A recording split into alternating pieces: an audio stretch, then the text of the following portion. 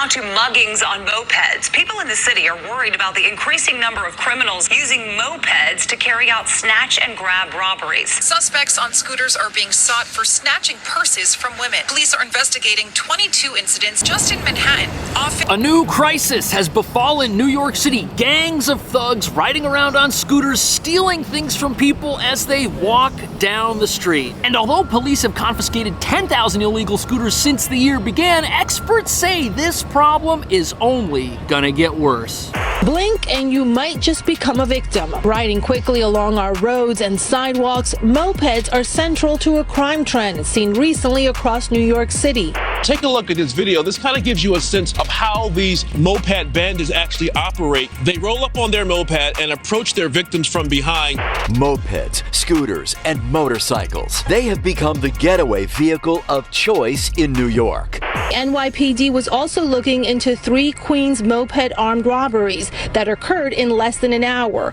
The police need to take all these scooters off this street, all of them. I don't say they should have been cracking down on these scooters a minute ago. It's scary, and this used to be a very safe neighborhood. Police are stepping up their community response teams. Patrols that have already seized nearly 10,000 illegal scooters so far this year, while making 1,300 arrests. But there's a lot of people around here who are really good people who can't afford to go anyplace else, and now they have to deal with this nonsense.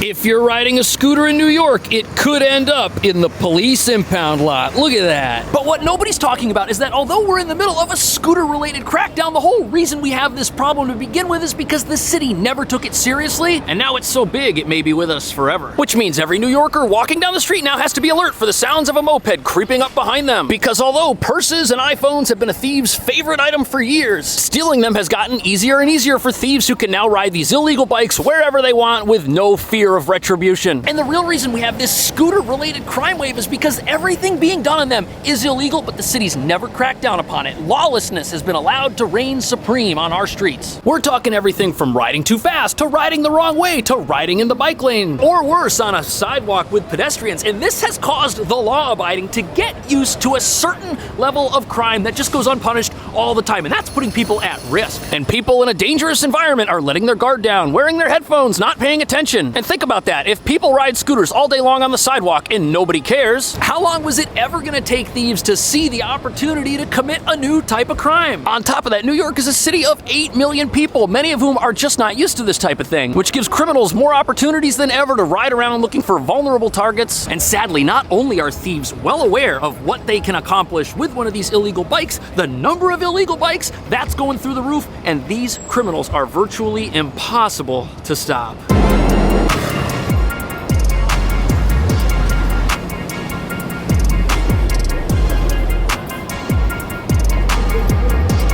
Here we have a ton of scooters, and the number of these things in use climbs every single day. It's exploding right now. And although there are legitimate use cases for these, there are also very illegitimate use cases. And they have ushered in a new era of lawlessness upon our city that nobody's ready for. We're going to begin tonight with a search for 2 gunmen on scooters. The NYPD says scooters have increasingly become the vehicle of choice for criminals looking to flee quickly and to get around easily. Eyewitness News reporter NJ. So this latest incident, gang-related altercation that took place on multiple scooters. But when you hear about something really bad happening with a scooter, think about all the other crimes that had to be committed in order for that to happen. For example, a scooter with no license plate or a fake license plate shouldn't be allowed on the road. Yet these things are everywhere and no one seems to be doing anything about it. That's your first problem, and now people can ride these things around without fear of being caught violating basic traffic laws or injuring someone and fleeing the scene because there's no accountability because there's no license plate. And if these things don't have license plates, New York City's security apparatus with cameras virtually everywhere is completely useless. They'll never catch anybody committing a crime on one of these. And not only do we allow these scooters to roam the city with no license plate half the time, but there's also zero enforcement about where these things are riding. And what that means is New Yorkers have to get used to a certain level of lawlessness always taking place. These things are everywhere, no one's cracking down on them, the police don't seem to care, and that's turning people into victims because if the police police aren't doing anything about it, it must not be an unsafe situation, but it is. Right now, we don't know too much about who is responsible. We know the men were wearing hoodies, they were masked, and they were riding scooters. So police have been trying to confiscate as many illegal scooters as possible to find who's responsible.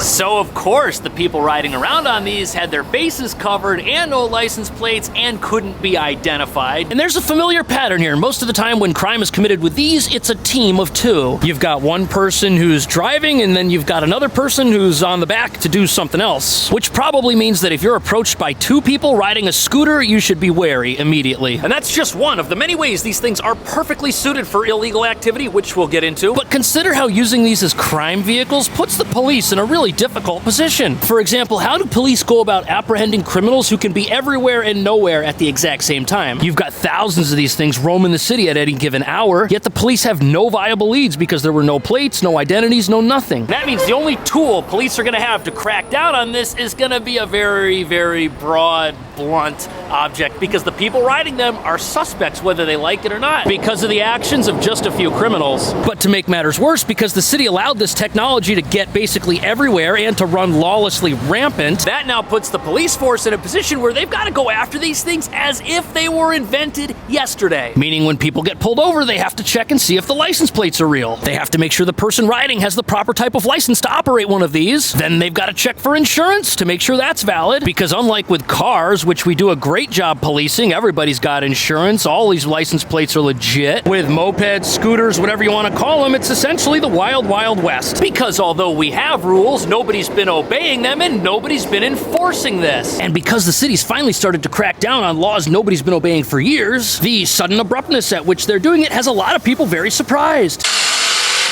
3 hours later, just 3 miles away, police were attempting to pull over a man for driving recklessly on a scooter. His bike had illegal plates. The 34-year-old then took off, going in the wrong direction down a runway. Now, we need moped-related crackdowns, but think of the mindset of somebody that's been breaking all of the laws regarding these things for years, and then suddenly they encounter police who throw the book at them. They're gonna feel entitled to continue breaking these laws because they were never enforced. And obviously this person was some sort of criminal. They were driving an illegal bike with stolen plates, and then they took off suddenly, and they put everyone's life at risk by driving the wrong way down a one-way street to try and escape. Criminals know a police car is not going to follow them down a one-way street when there is oncoming traffic. But again, with no law enforcement anywhere on this issue, people go the wrong way down one-way streets on bikes all the time. And as you're about to see, this has led to people in America being the targets of criminals they never thought they would ever encounter. Because in an urban environment like New York, not only are these the perfect getaway vehicle, the police can't stop someone riding it from doing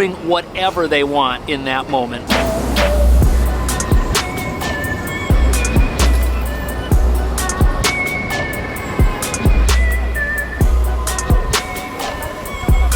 So here we have a whole bunch of police vehicles, and although these are great for stopping the types of crime that have existed in New York for a long time, they're terrible at stopping scooter-related crime. In fact, every piece of equipment the police have is designed for vehicular crime, and that's why criminals love mopeds so much. Another crime police are tackling involving scooters, drive-by robberies. I've lived in this neighborhood 52 years, and I've never seen anything like it. Suspects on scooters are being sought for snatching purses from women. So not only are these snatch and grab robberies crimes that the police are ill-prepared to respond for, they're also something that pedestrians have absolutely no warning of before it happens. And think about it, this 5,000-pound SUV, it might go 100 miles an hour. It might be able to ram virtually anything and take it out of commission. But in a city where traffic jams are the name of the game, it's not able to chase down a rocket-propelled two-wheeler, and that's got the robbers feeling pretty much invincible. Their bikes are light, they are nimble, they can ride on any part of the street. A car can't follow them onto the sidewalk, a car can't follow them into a grassy park area where they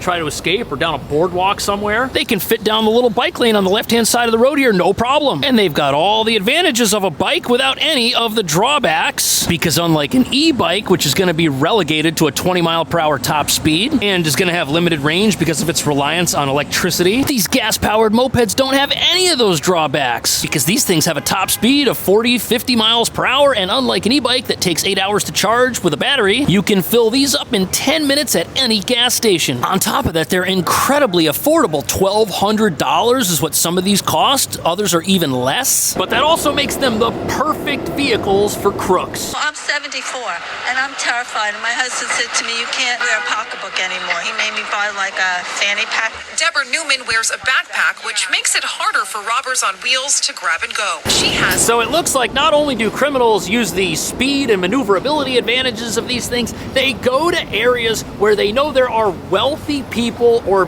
vulnerable people, but literally anyone can be a victim because we've all got the one thing criminals want access to, and that is your smartphone. If you've got it out of your pocket and you're looking at it, walking around totally distracted, someone could see it and just rip it right out of your hand. And this thing's got your whole life in it, your bank account, all your passwords. You could transfer money, send it to the wrong place. And of course, if they steal someone's bag, there could be money, other valuables inside of it, like other electronic devices. And what's frightening is that literally anybody walking down a sidewalk is a potential target. Like, look at this. You've got the bikes right here, you've got the sidewalk right here. Someone could easily swerve over and steal something and then just keep on going. And remember the other problem of people getting accustomed to a certain level of lawlessness? We've all heard the dull roar of one of these mopeds coming up behind us and thought nothing of it because they're everywhere and no one's ever done anything about it. But now it's a big problem and we're all used to it. Take a look at this video. This kind of gives you a sense of how these moped bandits actually operate. They roll up on their moped and approach their victims from behind, snatching their Apple AirPod Max headphones and then speed off. By the time the victim realizes what actually happened, the thieves are well on their way. The NYPD says... So not only is being distracted by watching TikToks on your phone a big problem, if you're doing that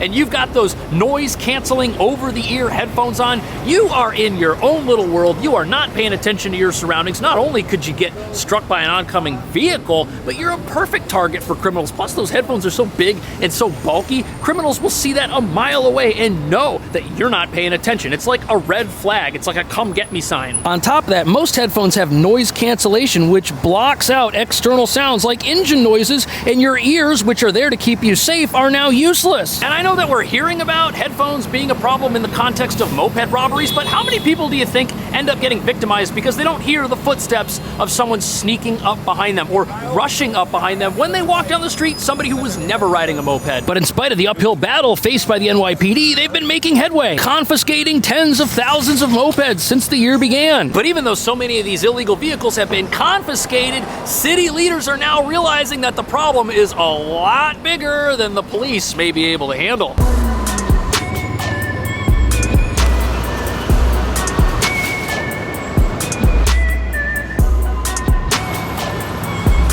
So here we have the local precinct/moped jail, where behind this fence are a whole bunch of illegal vehicles and food trucks apparently that were impounded, confiscated. But unfortunately, there's not enough room here to hold all the illegal bikes that are running this town. Police are stepping up their community response teams. Patrols that have already seized nearly 10,000 illegal scooters so far this year, while making 1,300 arrests. We've taken a record. That's ridiculous. I can't believe there's so many of these roaming around, and these are just the ones that they confiscated. There's so many more out there. Last month, 1,600 of them taken in a 10-day period. That's 160 confiscated bikes a day. And that's because as great as these bikes are for illegal activity, that super low price, $1,200, that's cheaper than an unlimited Metro card. They are literally the cheapest way to get around the city. And if you use them for delivery work, you'll never miss a shift because since it's got gas in the tank, it's always ready to go. But now the question is, if these things are so easy to run from police on, how are they catching them and taking them off the streets? It's become a common sight. Motorized scooters illegally riding in bike lanes, many without license plates. Our cameras were rolling as the NYPD stopped a driver and confiscated his scooter. His offenses: unlicensed operator and unregistered vehicle. So the way to get these things off the street and to confiscate them is to have checkpoints set up where you're catching people who are riding these doing something else that's illegal. Revolutionary idea, old-fashioned police work. And the big ones recently have been the bridges. For the last several years, these were infested with mopeds moped riders in the bike lane. Police were setting up checkpoints at the bottom of the bridge where you get off. It's like a windy little path, and there's no escape. You've got concrete walls on either side, stopping people. And you might be asking yourself, why weren't these crackdowns happening originally? Well, there is a progressive reason for that. But before we get into what it is, understand that when police stop somebody for some sort of traffic violation, then they can start doing all of their other checks. They can see if the plate's real, they can see if the person has a license, and when they do that, their name is going to come up in a database. Maybe there are warrants out for their arrest. If there are, they search the person. What if they find a weapon or something, either on that person or inside the bike's storage compartment? And at a minimum, if the bike isn't registered, it gets put in moped jail like you see here. And based on the number of bikes that you see back here and how successful this crackdown has been to get bikes off bridges, you'd think that the same thing would be possible if you extended those crackdowns to sidewalks and bike lanes all over town. But unfortunately, not everybody thinks that that would be a good idea because, again, the police, they have to use very broad strokes to crack down on moped-related criminals. And some folks in New York are worried that while the criminals get busted, the innocent might get busted as well. But on the other hand, how are you innocent if your bike is illegal and unregistered? Professor Jeffrey Butts of John Jay College says the department needs to focus on the root causes of crime, although cracking down on scooters sends an important message. And until we do that, a lot of problems are going to continue, not just crime, but dangerous behavior on scooters. So I hope people deal with that. NYPD commanders. That right there is the real problem. And that's why we've got this growing moped-related problem. And whenever you hear someone mention the root causes of crime, that's their way of saying they're going to try to police crime without actually doing anything about it, based on the idea that crime exists for reasons that have something other to do with the mindset of the person that committed it. And to help you understand how this idea of root causes of crime is connected to the confiscation of 10,000 mopeds since the year began, you've got to think of what could be the reason why people aren't obeying the laws. Dun, dun, dun, dun, dun. Maybe it's education. Maybe people don't understand the law, and that's why 10,000 bikes have been confiscated. But there's no way that's the case. City officials have made it clear that the vast majority of people getting arrested in these moped-related crime sprees are people that are from New York. These are Americans. And that's got critics saying the only way to stamp out moped crime for good is to stop running New York like a city that has no laws. For example, if police had permission to go after these types of crimes when they see them in progress, less people would feel emboldened enough to the point where they would go out and get an illegal bike to begin with. Like this BMW motorcycle right here, either it was used to commit a crime or it had no license plate, and that's why it's back here. But the progressive viewpoint on all of this is that policing crime, punishing criminals, confiscating their property when they use it illegally, that's just gonna make the problem worse. And to give you an example, a fictitious example, consider the plight of somebody who's broke. They've got $1,200, they buy a moped, and for some reason they don't obey the law, they don't register it, and then it gets confiscated. Well, now what are they gonna do? Since they don't have any money and they still need to work a delivery job or something, maybe they'll go out and steal one. Has that made society better? This is that type of thinking, but the contrary view to that is that if people thought there were real consequences to crime, they wouldn't try to steal a moped to begin with because they would go to jail. But all this talk about disparate impact ignores the one group of people that is disproportionately negatively affected by all of this crime, and that is your everyday working person just walking down the street, minding their own business, who is now a target for criminals all over the city. What about the disparate impact for them? What do you think about that? Let me know. I appreciate you watching. I'll see you in the next video.